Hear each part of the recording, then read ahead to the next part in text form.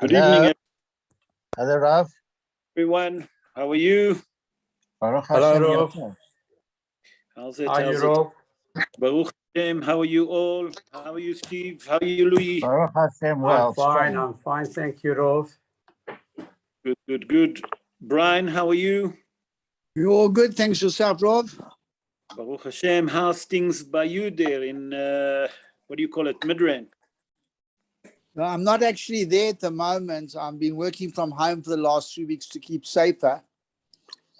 But it's been going still well. They're still vaccinating a lot of people there. And thank God our infrastructure is intact. They're looking after it. And the warehouses are still operating normally. And we're getting quite a good staff turnout. Baruch Hashem, you know.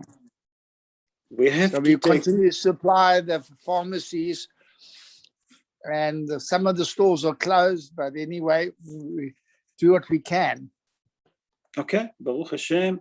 Hello, Mark. Thank you for Hello, joining. Rav. How's it? How are you, Rav? Baruch Hashem. I just wait for more people to join. I would like to say a few words about what's happening in the situation in South Africa. That we have to make sure that we're doing our share as a Jewish community. Just to wait a few more minutes and then everyone will be online, then I'll talk. And I think that it's very important that we all gonna hear it, especially for me. And I think that it's a very difficult time for many people. Many people have a lot of doubt, a lot of worries. There's more people joining us now, I can see. So let me see. Yeah, there's more people joining us. I need just to admit them. Yes. And yeah, it's very worrying what's happening here at the moment. It's very worrying all over the world. But I'm happy to hear, Brian, that you people, I mean, not you're not there, but your team and everyone there are safe, Baruch Hashem.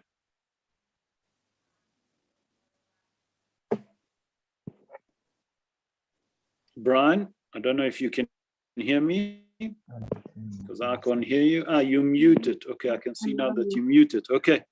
Hello, Okay, Rav. so Rabotai, I want, yes, who's speaking? It's Stephen. My factory is in JP's Stephen, town, where yes. my factory is in JP's town, where all the trouble is at the moment. But I haven't been to work. But my associate went to work, and he said they haven't touched the factory at all. Baruch Hashem. Wow. Excellent. Well, it's nice to hear that, but Rabotai, we have to understand in 1994, Koppel Bacher gone to 770 to the Rebbe. The Rebbe was a great rabbi. There's no one can dispute that. I have the video with me and I keep it all the time with me. If any one of you want to see it, I don't mind sharing it with you. I will forward it to you on WhatsApp. And he asked in 1994, he asked the Rebbe, and he said to him, the Jewish community worried what's going to happen in South Africa. It's a change of government, it's a change of leadership, and what should we do? The Rebbe word was like this: you have nothing to worry. Tell the Jewish community in South Africa not to worry.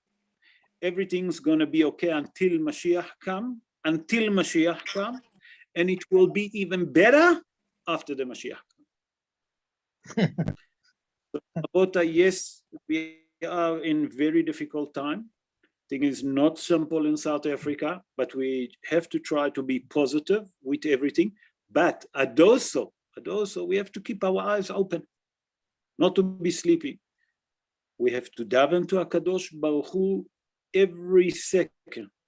Rabotai, every minute to daven to HaKadosh Baruch Hu that protect us and will guard us from all what's happening and will give, Hazal say, Lev melachim besarim b'yad Hashem, the heart and the mind of the minister, the mind of kings in the hand of the Almighty. So we have to daven to HaKadosh Baruch Hu every day that you're davening. Ask that HaKadosh Baruch Hu will give enough wisdom to the leaders, the Jewish leaders, the president of South Africa, that Be'ezrat Hashem, not to put decree on the Jewish people, not on the white people, not on anyone. We don't want any chorus here. So Be'ezrat Hashem, thing will be good. And I would like to start the show now. I'm gonna mute everyone. Louis, you just unmute yourself. I don't have to say that Thank you, because Rolf. you're gonna read, but you're Yeah. gonna unmute. Muting everyone, Otai, and okay. So everyone is muted. בעזרת השם נעשה ונצליח, והשם עלינו ברחמיו ירוויח. השיעור יהיה לעילוי נשמת in אנה עוף אסתר קדן בת קציה, מרדכי בן רחמה, הרב אברהם חיים בן אליעזר יעקב, תמר בת זהבה, רחל בת מלכה סולטנה, יעקב סלומון בן פרחה, דבורה רות בת בילה, וחיים אליהו בן ישעיהו, נשמתם תהיה צרורה בצור החיים, please God. ולרפואת ליאורה בת מרים, מנשה נג'י בן פרחה, אורנה בלומה בת מרים, הרב אברהם בן מרינה, הרב שלמה בן דליה, הרב משה בן דבורה, מרדכי דוד בן לאה, משה בן יהודית, יוסף בן אסתר, חנה שרה בת דבורה, דבורה בת אסתר, שלמה פנחס בן שינה פישה, חנה טוביה בן חיים שאול זליג, ושושנה בת דבורה. Please God, that will be in the health of those people. בעזרת השם נעשה ונצליח, and all in the health of all the Jewish people all over the world. Esther, sorry? Okay. No. Okay, now we're going to start the show. בעזרת השם נעשה ונצליח בעלינו ברחמיו.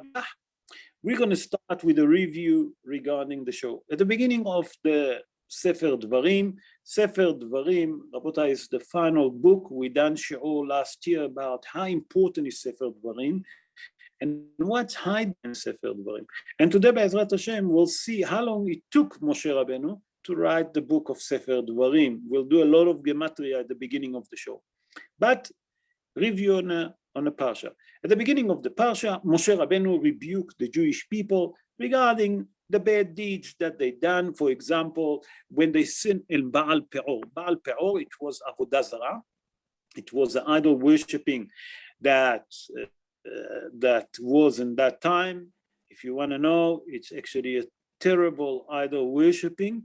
You're not going to believe. They used to take the idols that they used to worship, listen to that, and they used to do like people go to the toilet, they used to make wet on that, and that's how they used to worship the idol. Can you believe it? It's paganism to different style. Then it was that Moshe Rabbeinu rebuked the Jewish people, the Am Israel, how they can speak Lashon Hara about the manna, and then he reminded them about Korach and his followers that tried to make a coup, and then he mentioned to them about the golden calf. How can they sin in a golden calf? Continually in the parsha, Moshe Rabbeinu continue and actually asked to appoint Dayanim. Dayanim is judges to the Jewish people, and he explained to the Dayanim how they should judge the Jewish people, how to do a true justice in a Jewish nation. Later on, Moshe Rabbeinu rebuked the Jewish people that they listened to the spy when they spoke Lashon Hara about Eretz Israel, and that's what caused them to be in the wilderness for 40 years. After that, there is something very interesting. It's Het HaMa'apilim. I don't know how many of you know what it's Het HaMa'apilim, but I will explain. After Moshe Rabbeinu rebuked the Jewish people regarding that they listened to the spies, and he said to them, HaKadosh Baruch Hu promised you a promised land. And here come the spy, and they say that the Jewish land actually surrounded with giant people, with big army and etc. And when the Jewish people heard that, later on they come to Moshe Rabbeinu and they say, listen, we're going to go and fight. It was a group of people that decide to go to fight the nation that conquering the land of Eretz Israel, and they can conquer Eretz Israel. Moshe Rabbeinu said to them, it's not the time, because HaKadosh Baruch Hu punish you to be 40 years in a wilderness. And you cannot gonna go and fight, because HaKadosh Baruch Hu ish milhama, a man of war. HaKadosh Baruch Hu create war, not you. And if you're gonna go in war without the promise of HaKadosh Baruch Hu, you have no chance. Those so, they didn't listen to him, and they're going to fight in Eretz Israel, and they lost the war and they returned back. And that's Het HaMa'apilim. That means that Moshe Rabbeinu rebuked the Jewish people that not listening to him. It was a certain group that gone to fight after they regret that they're listening to the spies. After that was another story that Moshe Rabbeinu command Bnei Israel and telling them not to provoke the children of Esav when they go to Eretz next to the land of Edom, not to rebuke the land of Moab and Ammon, the Moabite and the Ammonite, not to rebuke them. After that, the Torah tells us something tremendously regarding the word of Sihon, Melech HaEmori, ve'ok Melech HaBashan. How the Jewish people, that was a small nation, walk in a wilderness and manage to conquer the what do you call it? the land of the Sihon, the land of Sihon, Melech HaEmori, and Og Melech HaBashan. That there was two giants, and a matter of fact, they trust so much themselves in power because they have a strong army that the land didn't have a wall. Usually in olden days, they used to build a castle, okay? A wall, and it used to be like a big city, like surrounding city with walls. They didn't need it because they was very strong. And that's what Moshe Rabbeinu described, the war against Sihon Melech HaEmori and Og Melech HaBashan.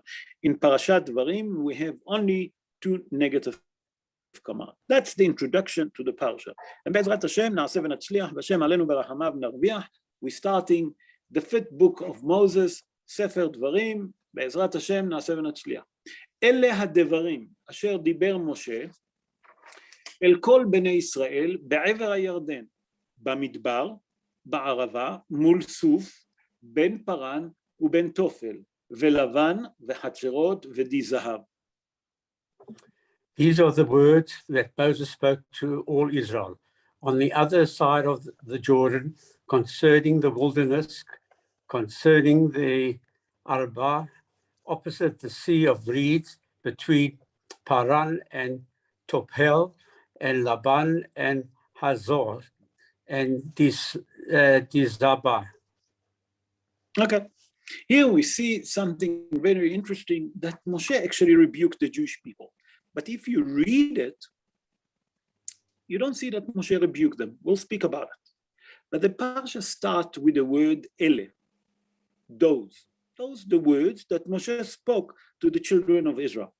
But if we take the gematria of the word ele, it means Aleph, Lamed, Hey. Together it's 36. And we learn today, why did Moshe start Dafka? Ele Devarim. He can say, Vayomer Moshe el Bnei Israel. Vayidaber Moshe el Bnei Israel. No. Moshe started Ele Devarim. Those are the words. What it means, those? Ele.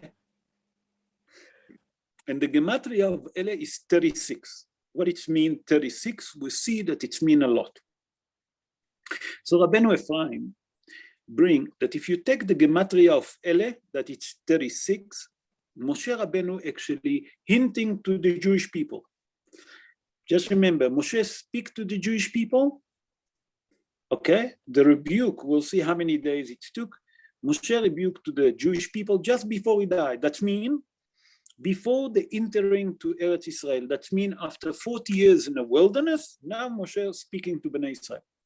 And Moshe said to Bnei Israel like this. Rabbeinu Ephraim said that Moshe actually hinting to Bnei Israel, Ele it's 36, to tell them that you have to understand. In every generation, there is 36 righteous, that they actually, hidden righteous, that they actually leading the Jewish nation. And Hazal tell us in the Gemara in Masechet Sukkah in page 45, folio 2, that in every generation we have 36 tzaddikim. And those 36 tzaddikim, Moshe hinting it here. Ele Devarim asher diber Moshe el Bnei Israel. You must understand, Moshe saying to Bnei Israel, there is 36 tzaddikim in every generation. The Gaon Hida, bringing something, a different idea. He explained what Rabbeinu Ephraim said. He said, Nachon that there is 36 tzaddikim.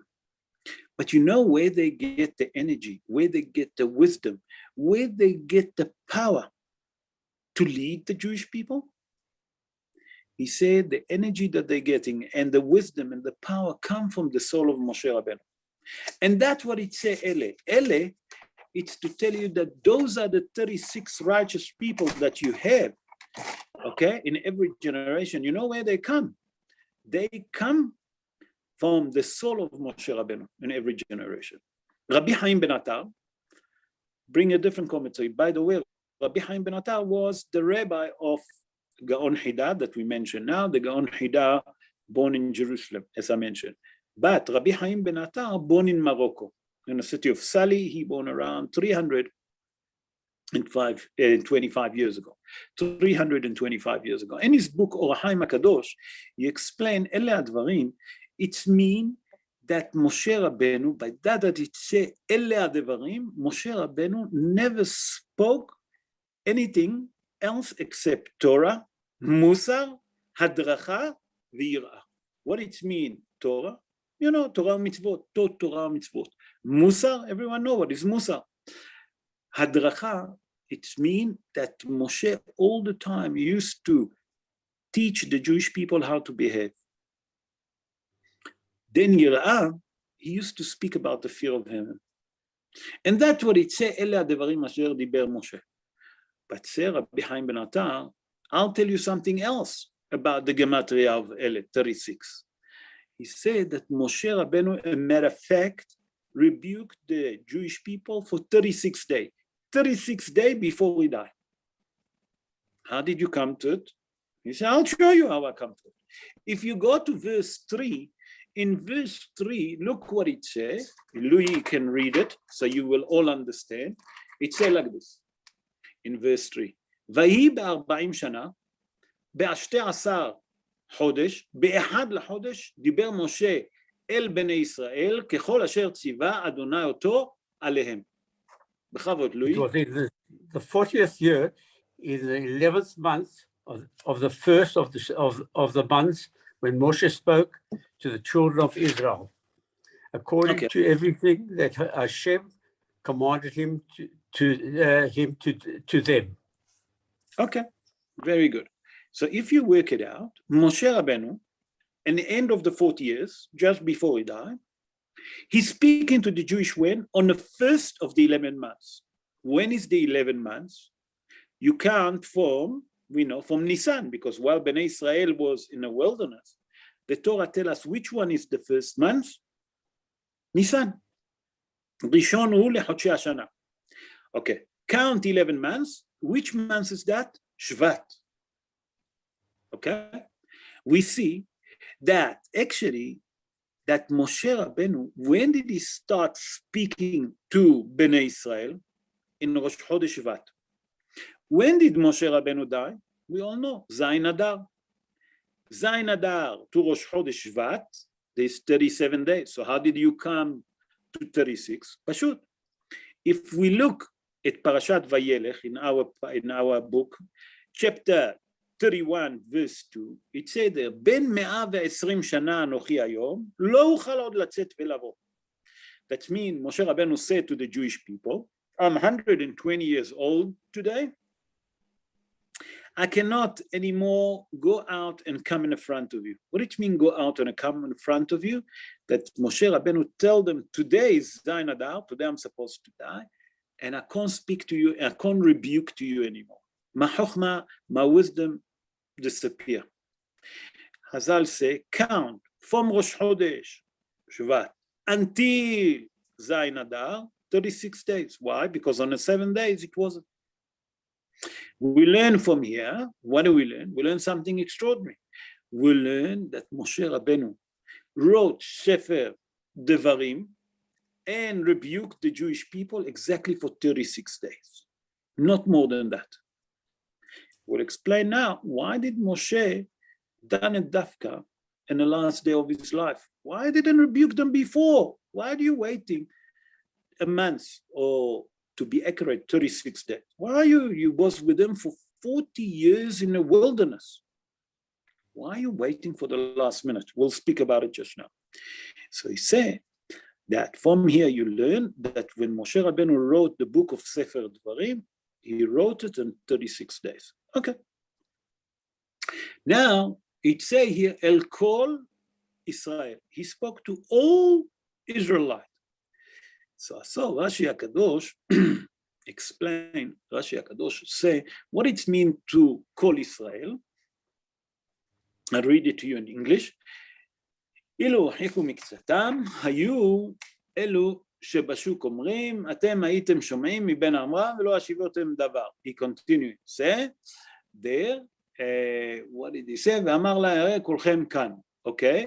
כל מי שיש לו תשובה ישיב. Okay, so here we see that Rashi said that what it means to call Israel, that basically what Rashi said to them, I'm actually summarizing everything, that Moshe Rabbeinu spoke and rebuked the Jewish people on all the places that they entice HaKadosh Baruch Hu, that they upset HaKadosh Baruch Hu, they cause sin, and they upset HaKadosh Baruch Hu. But if you look, he actually hinting to them.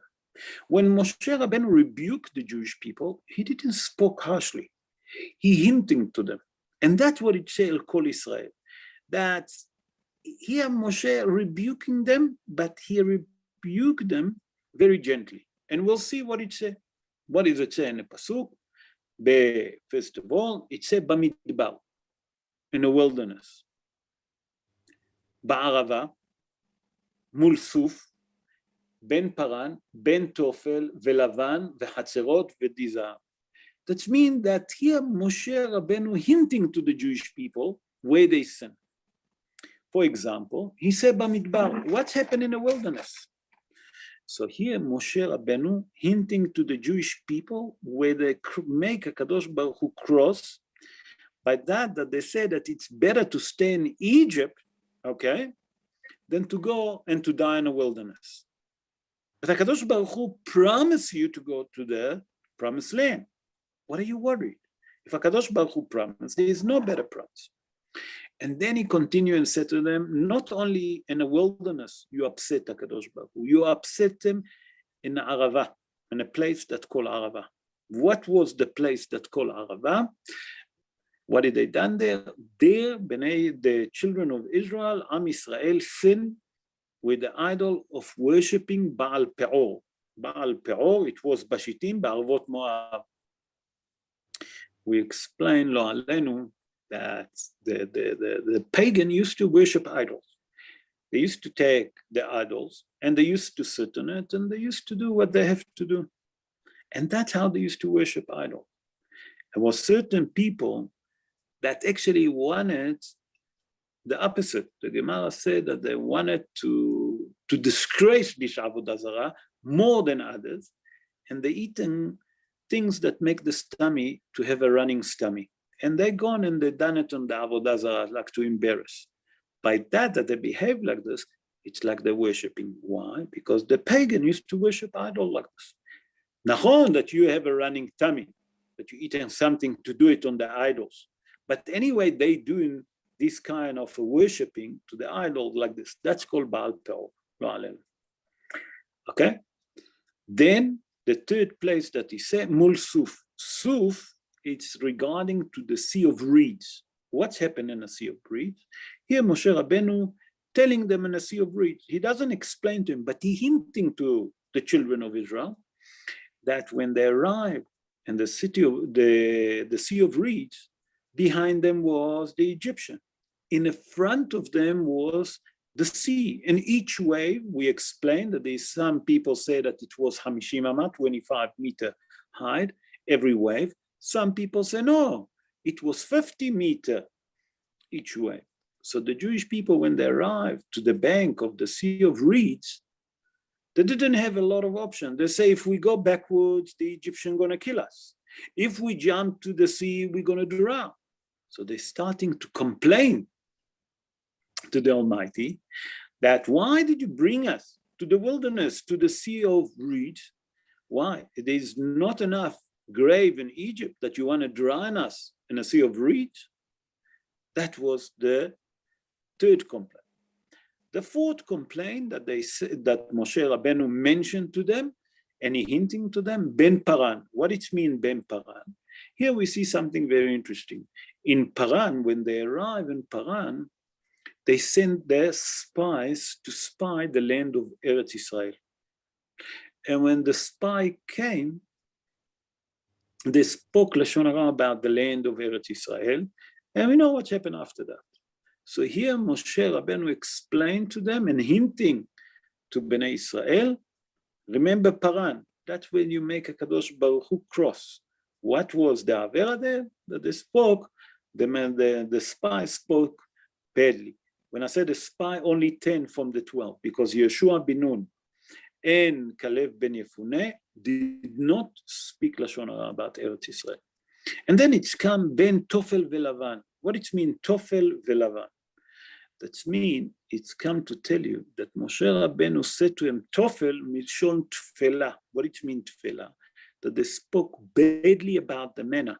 That they say, V'nafshenu katsa balechem hakelokel. That means that they complain about the manna. They have enough from this kind of bread that's coming from heaven.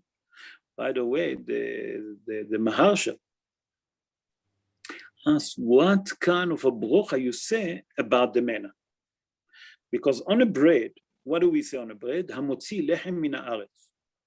But the manna didn't come from the land. So how can you say Hamotzi lechem min haaretz?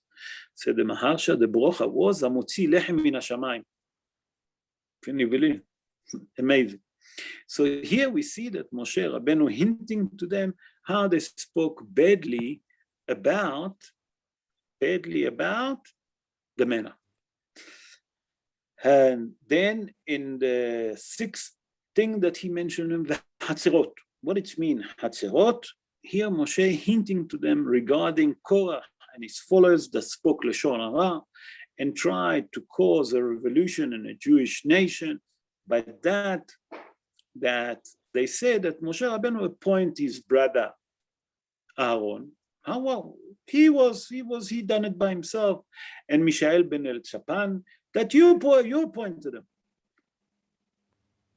That was the mahloket of Korah and Adato. That means that Korah and his followers now cause all the problem, where it was in Hatzerot. And he said to them, you should remember, when my sister, what was his sister Miriam, spoke badly about me, okay, what happened? She been punished with the leprosy. And here you see that HaKadosh Baruch Hu said to her, Lama dibartem b'Moshe avdi? Why did you speak about my servant Moshe? Moshe is my servant. And I'm telling you he's a righteous. And also come Korah and his followers and spoke and tried to cause a revolution and spoke Lashon Hara about Moshe. So here he reminded them that he hinting to them what happened in Hatzerot. And the final place, V'di Zahav. What it means, Di Zahav, what's happened in Di Zahav? Here Moshe Rabbeinu hinting to the children of Israel, the Am Israel, that they created the golden calf, that the sin with the golden calf, lo alen. That all happened in Di Zahav, okay?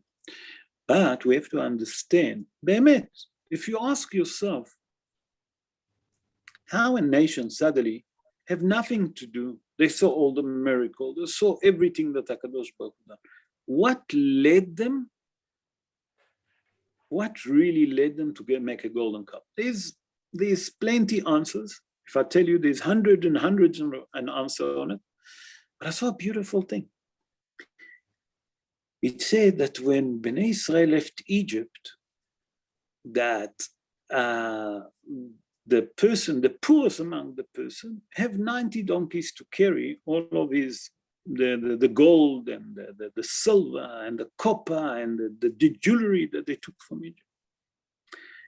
I saw that a beautiful thing.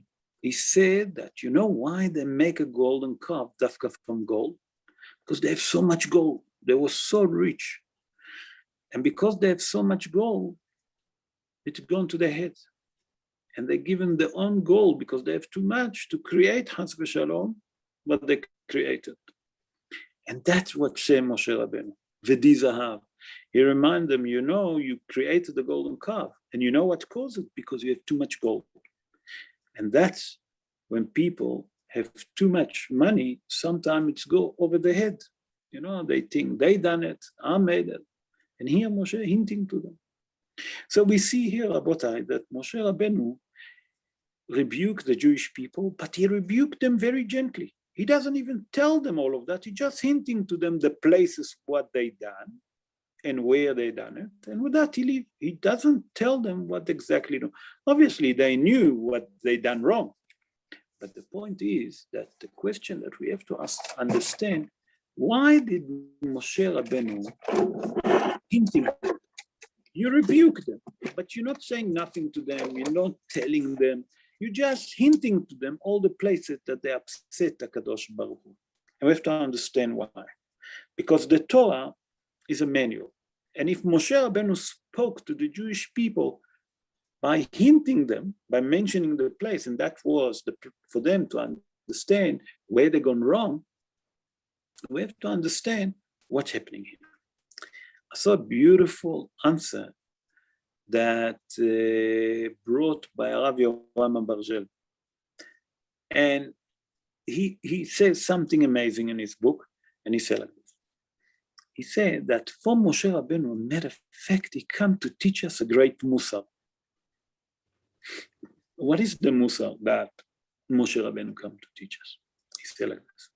He said, first of all, if you look, Moshe Rabbeinu, when he spoke to the Jewish people, he didn't make a long speech. He just reminded them where they was wrong. And he said that, why did he say that? He said that Moshe Rabbeinu didn't want Chas v'Shalom to hurt the feeling of anyone. Chas v'Shalom not to speak badly about anyone. So what has he done? He hinting to them by mentioning the name where they sin. He said not to cause pain and agony and embarrassment to any one of them. That means that he spoke to them very gently. And Rabotai, from here we learn that when we speak one to each other, the husband to the wife, the husband to the children, the husband to his work, the man to his worker, the boss to his workers, when you speak to anyone, you have to speak very gently. You have to make sure what are you saying, and you have to serve every word before you say it. And I'm speaking to myself. You all tzaddik, speaking to myself.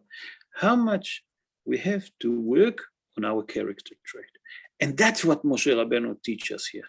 How to be careful, and not only to be careful, to serve every word before we say. And if you want to give a rebuke, if you have something to say it shortly.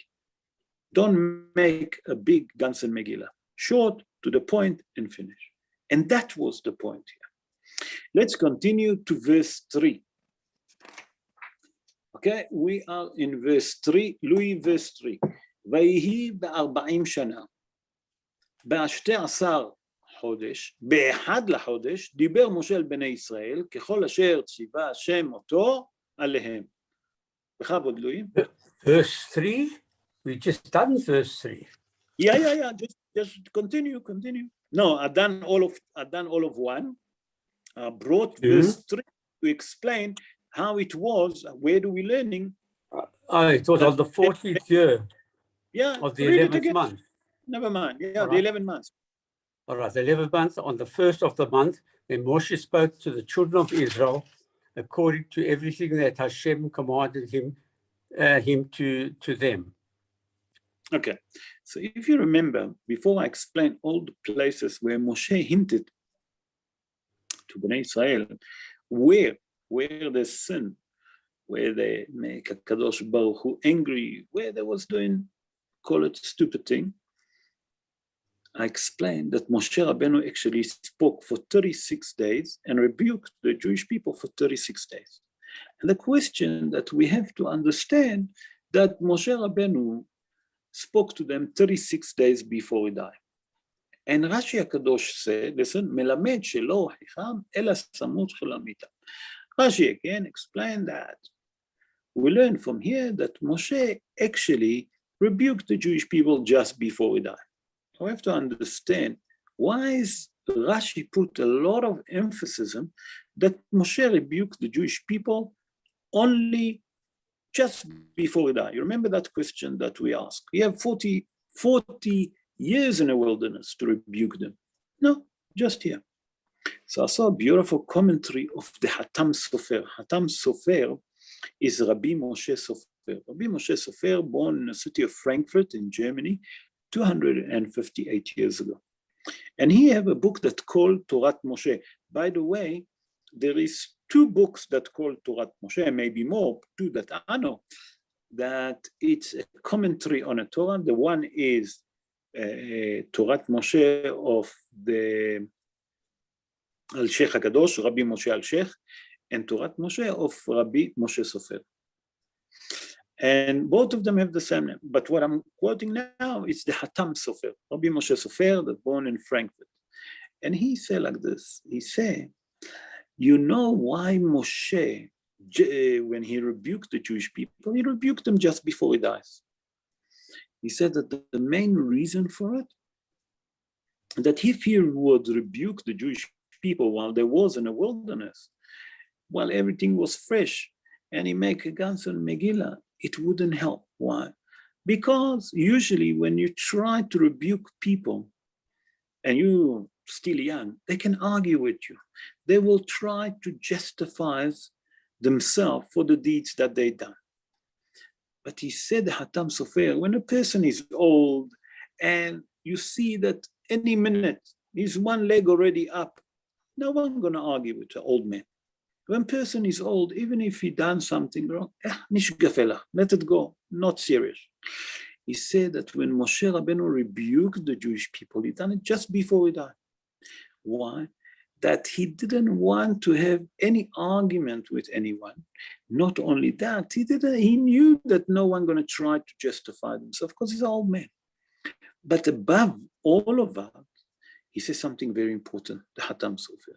He said when a person before he died, people usually listen to him. And not only that, they listen to him, people that take his word very seriously. And he said Moshe Rabbeinu knew that. What has he done? He played on the Jewish people. He said to them, those are the places that you rebuke. Those are the places that you upset HaKadosh Baruch Hu. Now, you're going to enter Eretz Israel. Remember all of those, what caused you all the harm, all the pain. Now you're entering Eretz Israel. Remember what you've done wrong. Remember what you've done wrong. And that's going to help you to try to understand that you should not do sin when you enter Eretz Israel. So say the Hatam Sofer, from here you learn a very important principle, that usually when a father or the grandfather, before he died, when he speaks to his children, they usually listen to his last wish. They don't argue. And that's what Moshe Rabbeinu done to the Jewish people. And that's why he spoke to them just before they enter Eretz Israel and before he died. Let's move to verse 6, Louis verse 6. Adonai Eloheinu diber elenu בחורב לאמור, רב לכם שבת בהר הזה. Hashem our God spoke to us at Horeb, saying, enough of your dwelling on this mountain. Okay. Here we see that Moshe Rabbeinu tell the Jewish people that HaKadosh Baruch Hu asked them, enough. settling on Mount Sinai. It's time for you to move on. And there's a very big important question that's been asked by Rabbi Rafael Bardugo. Rabbi Rafael Bardugo, born in the city of Maknes in Morocco, he born 274 years ago. And his name, they given him a nickname, Hamalach Rafael. What it means, Malach Rafael? The angel Raphael. Why? Because Raphael is the angel of health. And he created a lot of miracles. People that were sick, they used to come to him, etc. It's a long story. But he wrote a book, Mei Menuhot. Okay? And in his book, he said, I don't understand. Why did Moshe have to ask the Jewish people to move on, to start getting ready, to start to march? We know that the cloud of glory, when he used to stand up, all the Jewish people know that it's time now to remove, pick up all the tent, folding all the tent, we're ready to move. When the cloud of glory used to be parallel, that's mean horizontal to the ground, they know that they're resting. So ask the Rabbi Rafael Bardugo, why did Moshe have to tell them? Didn't they see that the cloud of glory standing up, it's time to move? Why do you have to tell them? They don't see it, they know. So I saw a beautiful commentary that bring a Malach Rafael. And he said like this, Rabbi Rafael Bardugo. He said that the Jewish people, when they stood on Mount Sinai, when they received the Holy Torah, their soul got connected to Mount Sinai. And it was difficult for them to leave Mount Sinai. Why? Because they received the Torah. That means the energy that they was observing from that place spiritually was too high. And they didn't want to leave it. So Moshe Rabbeinu, what did he say to them? Don't be in pain and agony to leave the place. That means don't feel sorrow or sorry that you're leaving now Mount Sinai. Nachon, that it's a great place, that you got a lot of spiritual energy. But you must understand, Rav lachem shevet bahar hazeh. What it mean bahar hazeh? That means in that mountain. Why dafka in that mountain? Listen what he said. Okay, shevet bahar hazeh. Pnus'u. What it mean pnus'u? Now it's time to travel. Where are you going to travel? To the land of Eretz Israel. Say, Rabbi Rafael Bardugo, Moshe Rabbeinu here telling the Bnei Israel, the children of Israel, don't worry. Nachon, that you got a lot of spiritual energy in Mount Sinai. But you must understand that in Eretz Israel, it's not going to be less. A matter of fact, in Eretz Israel, a person can create such a great spiritual, energy that it's even more, if that Eretz Israel is exactly like Har Sinai, that you can receive those spiritual that you receive on Mount Sinai. That's why it said to them, now, pnus'u, that means pick up your bags, get ready. Where are we going? To the land of Eretz Israel. Why? Because in Eretz Israel, it's not less than Mount Sinai. That means the energy of spirituality that you can receive in Eretz Israel, it's definitely not less than Mount Sinai. That's why you have to tell him. That's how Rabbi Rafael Bardugo explained. With your permission, we'll go to verse 12, still in chapter 1, verse 12. And here we see something very interesting that Moshe Rabbeinu tell the Jewish people. And he said like this, Echa esa levadi tirchatchem umasa'achem verivchem. How can I alone carry your continuous, your burden, and your quarrels? Okay. So here we see that Moshe said to the Jewish people, how can I carry you? And he brings three different things. What did he say to them? He said to them that, a matter of fact, Moshe Rabbeinu have three important tasks. And those the three tasks that it's mentioned here. Tirchatchem, umasa'achem, verivchem. And I saw a beautiful commentary that brought by the Ramban. Ramban. I repeat, the Ramban. Ramban is the Nachmanite, Rabbi Moshe ben Nachman. Rabbi Moshe ben Nachman, born in a city of Catalonia. Catalonia is a city in Spain. He born around 827 years ago. And he explained, why did Moshe, in matter of fact, explain the three important tasks that he has to do, and they are Torachem, Umasa'achem, Verifchem. Torah, it means a burden. And we have to understand what was a burden. What was the burden? Although in the way that Louis read in his commentary, it's a bit different, but I'm trying to be very, very specific about them. Torah is a burden. So here Moshe Rabbeinu actually said to the Jewish people that you have to understand that the three tasks that a true leader has to go through, it's number one, the burden. What is the burden that they have to do? It's to teach the Jewish people Torah and mitzvot. That means Moshe Rabbeinu say here that one of the burden that the proper leader have is to teach the nation Torah and mitzvot. Because it's not simple. Not everyone want to listen to mitzvot. Not everyone want to listen to Torah. Sometimes it's too much. So Moshe Rabbeinu it's a lot of burden on him and a lot of work for him to teach it to the children of Israel. Then he said, Umasa'achem. Masa, it's milshon, heavy weight. Here he said that one of the things that I have to do for you is davening for you, that Moshe Rabbeinu have to daven to the Jewish people, to protect them, to daven to HaKadosh Baruch Hu, to provide for them all the time, even when they upset HaKadosh Baruch Hu, even when they cause anger, Moshe Rabbeinu daven to HaKadosh Baruch Hu. And not only that, it's the prophecy that he have to reveal to Bnei Israel. Every time that something happened, Moshe Rabbeinu obviously used to get prophecy from the Almighty, and he have to say it to Bnei Israel. And that's what it says, Masa'achem. Okay? Your carry, to carry you.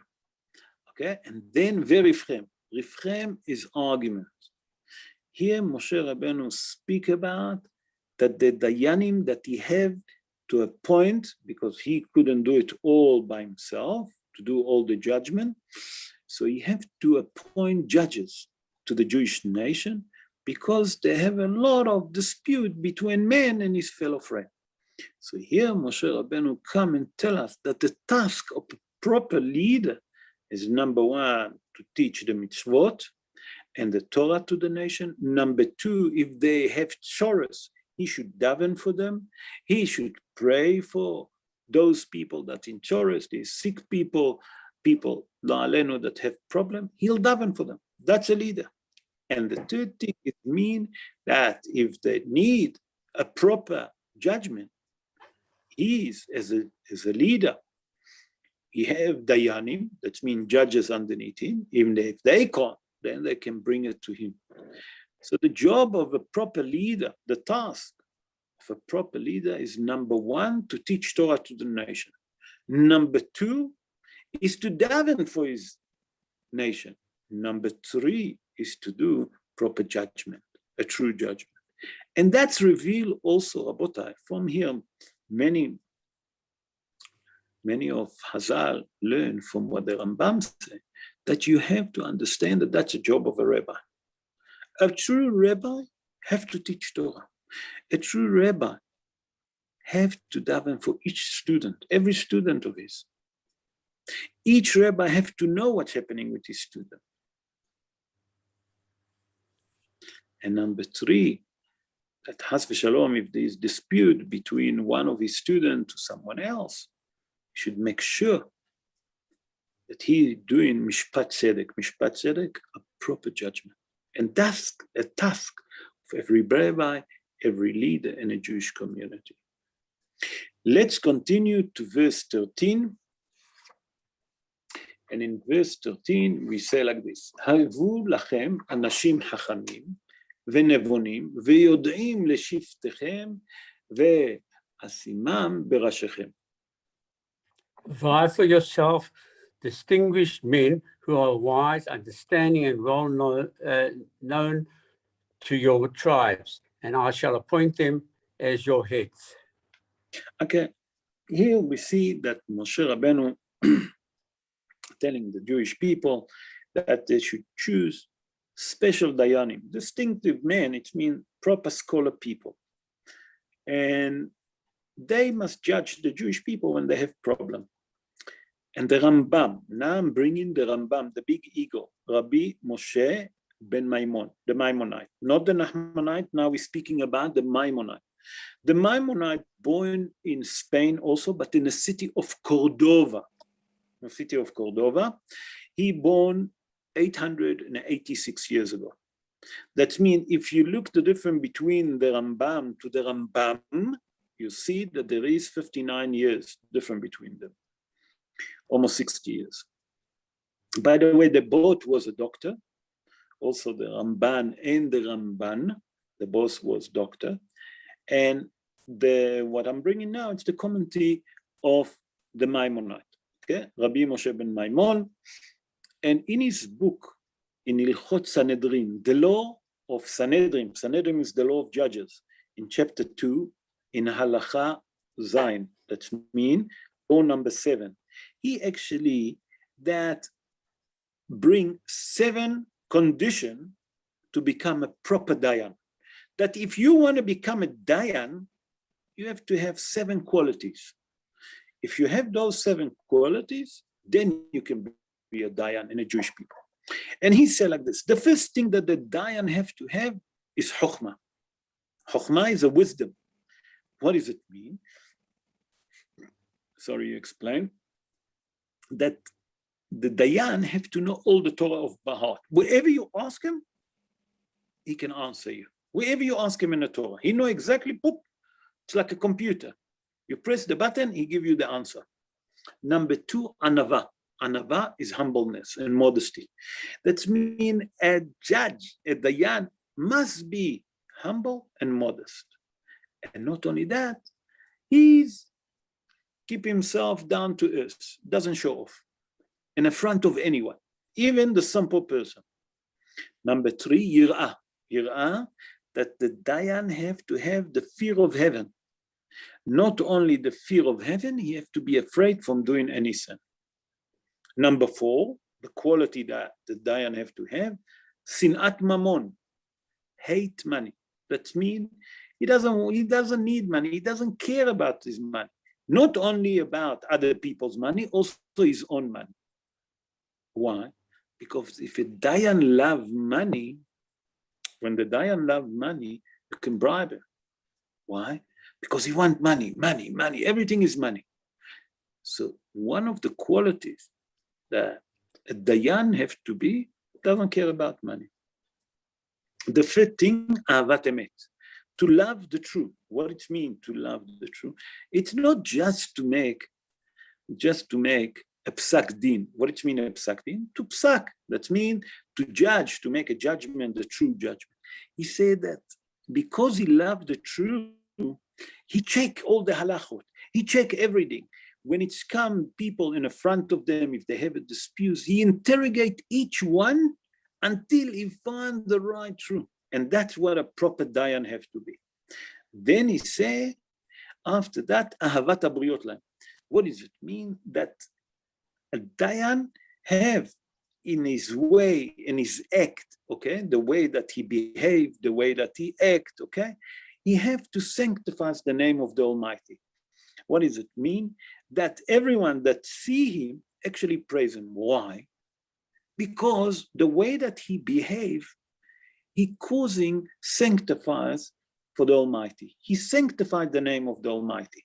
Wherever people see him, they praise him. Look, what a great Talmid Chacham. The final thing, number 7, he said, Baal Shem Tov. What it means, Baal Shem Tov? A person that have a good name. That means everywhere that you go, everywhere that you speak about him, everyone have a good word about him. Not only that, people actually so much praise them that they say, I wish that I have a son like Mr. Dayan XYZ. And that's what it said, the Rambam. Those are the seven qualities that a Dayan should have before you appoint. And if he doesn't have one of those, you can't appoint him as a Dayan. That's the Rambam, remember, in Ilchot Sanhedrin. Okay. Then he said, Havu lachem anashim. You should have for yourself men. Why did he put a lot of emphasis on men? You should have a man. Louis, how's the pasuk start? Louis, how's that verse start? Number 14. No, You answered me and you said. Number 13. Number 13. Sorry? Number 13. Number 13. Sorry. Provide for yourself a distinguished men. What it means? That's it, Louis. Yeah. That you have to provide distinguished men. Why did he have a lot of emphasis on the word men? I saw a beautiful commentary of the Ktav Sofer. The Ktav Sofer was Rabbi Avraham Shmuel Sofer. He born also in Germany 206 years ago. You know, he was the son of the Hatam Sofer, Rabbi Moshe Sofer. And the Ktav Sofer says something beautiful. He actually said a half joke, a half not, but listen what he said. In his commentaries, the Ktav Sofer said like this: there's many rabbis, there's many leaders of the community that, as a matter of fact, they don't lead the community. You know who lead the community is the wife, because the wife always has something to say to him, and he actually listened to her. He said that Havu lachem anashim, that you should choose men. It must be that the rabbis, the leaders, whoever teach the community must have a man, that he mustn't follow what the wife say. He must make the decision. Because lo alenu, there is many rabbis, many leaders that are influenced by their own wife. Now, Has v'shalom, it's not something against any woman, but sometimes when it's come to certain things, there's a lot of influence that come from home, and it doesn't let the rabbi make the right decision. So say the Hatam Sofer, from here you must make sure that the leaders of the Jewish people, the rabbi, must be led by him and not by his wife. Let's go, I'm jumping now to chapter 2 because the time is late. And in chapter 2, verse 7, we're going to go, Louis, to verse 7. Okay, we just get to chapter 2. Okay, verse 7. Okay, I'm ready, Rabbi. Chapter 2. כי אדוני אלוהיך ברכה בכל מעשה ידיך, ידע לכתך את המדבר הגדול הזה. זה 40 שנה, אדוני אלוהיך עמך, ולא חסרת דבר. For Hashem your God has blessed you in all your handwork. He knew your ways. Your ways in the great wilderness. For 40 years period, Hashem your God was with you and you did not lack a thing. It say here, you do not lack a thing. On a pshat of the Devarim, the Torah tells us, this is the pshat, that when the Jewish people was in the wilderness for 40 years, HaKadosh Baruch Hu was with them, and he provided them with everything. And there was short of nothing. Not only that there was short of nothing, HaKadosh Baruch Hu didn't give them a chance to be lack of nothing. And we have to understand, why is the Torah tell us, Velo hasarta davar? You never was lack of nothing. So I saw a beautiful commentary that brought in Midrash Shoher Tov. Midrash Shoher Tov is a midrash on Sefer Tehillim.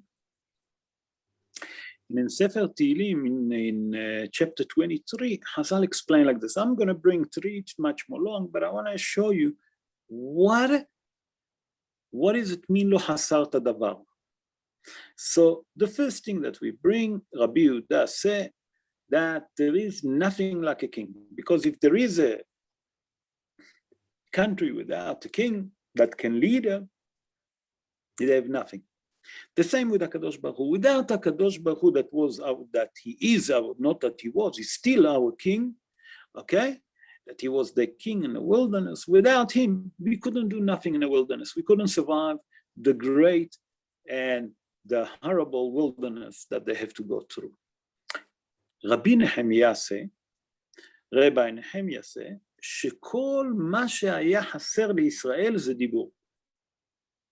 He said, you know what the Jewish people was lacking? Just to speak. All they have to mention something, and HaKadosh Baruch Hu will fulfill. What does it mean? When HaKadosh Baruch Hu brought the manna down to heaven, he bring one sample.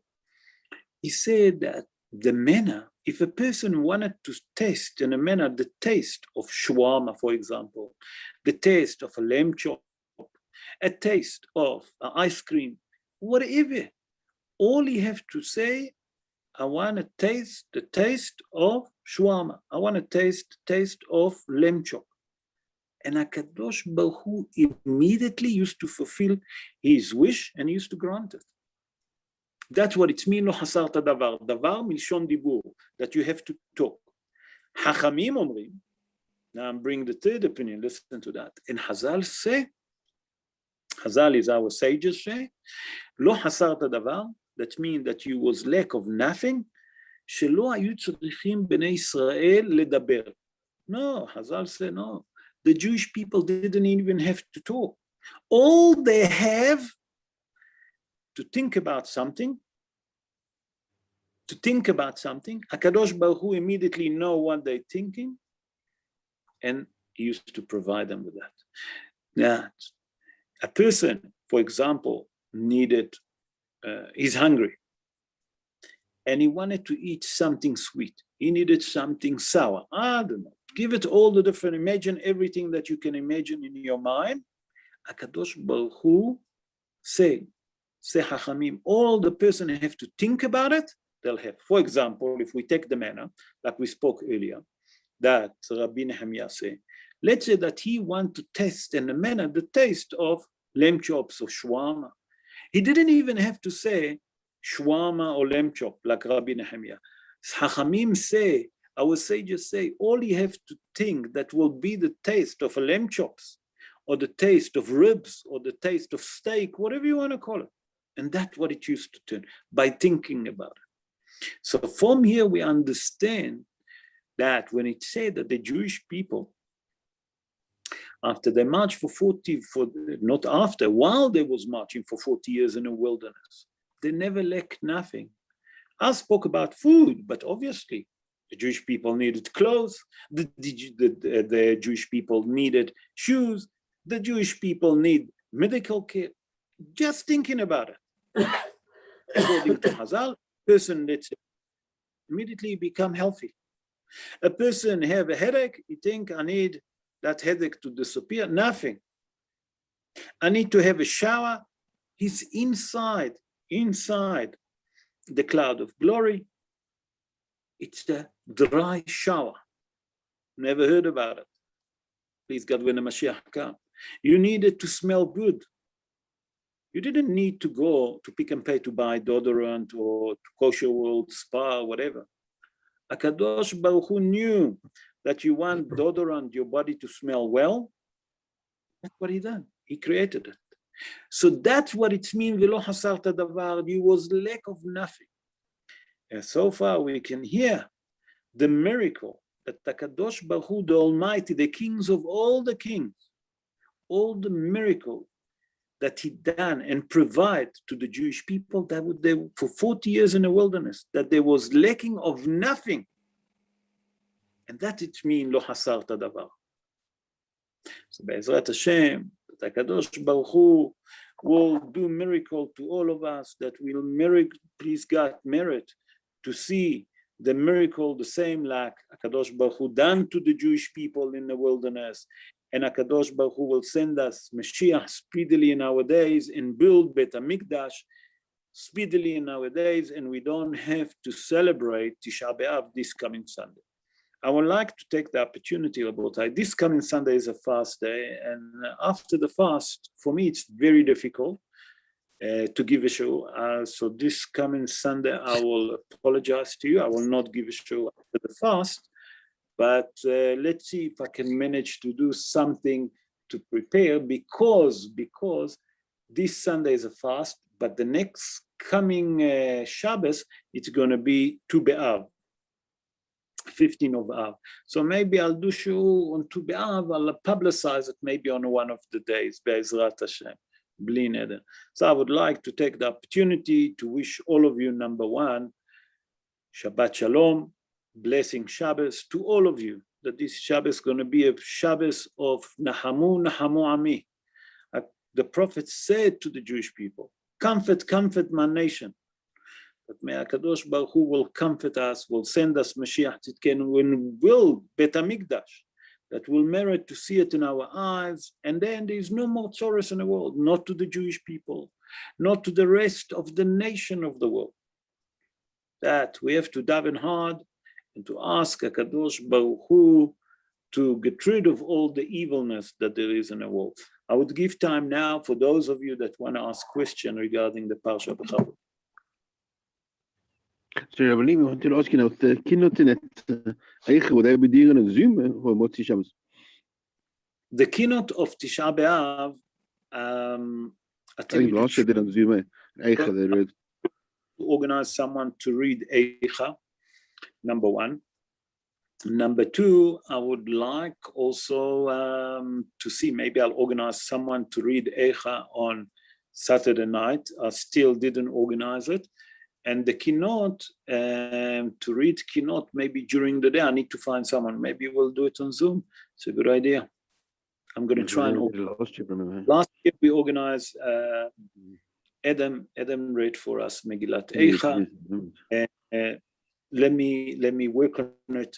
I don't know if there is any volunteer here that can read Eicha. There is any volunteer that know how to read it with the tropes? No one. Okay.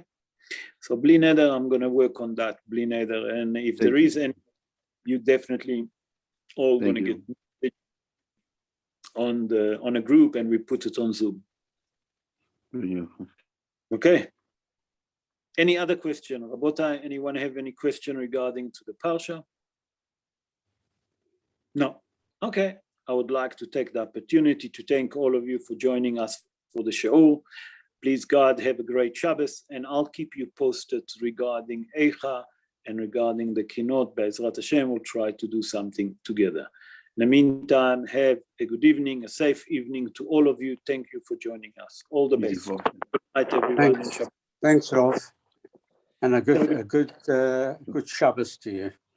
Thank you. Thanks, Rob. Good night. Good meaningful fast. Good. You too. Yeah. Bye-bye. Rob, thank you. Thank you. you. Bye-bye. Shabbat Shalom. Shalom.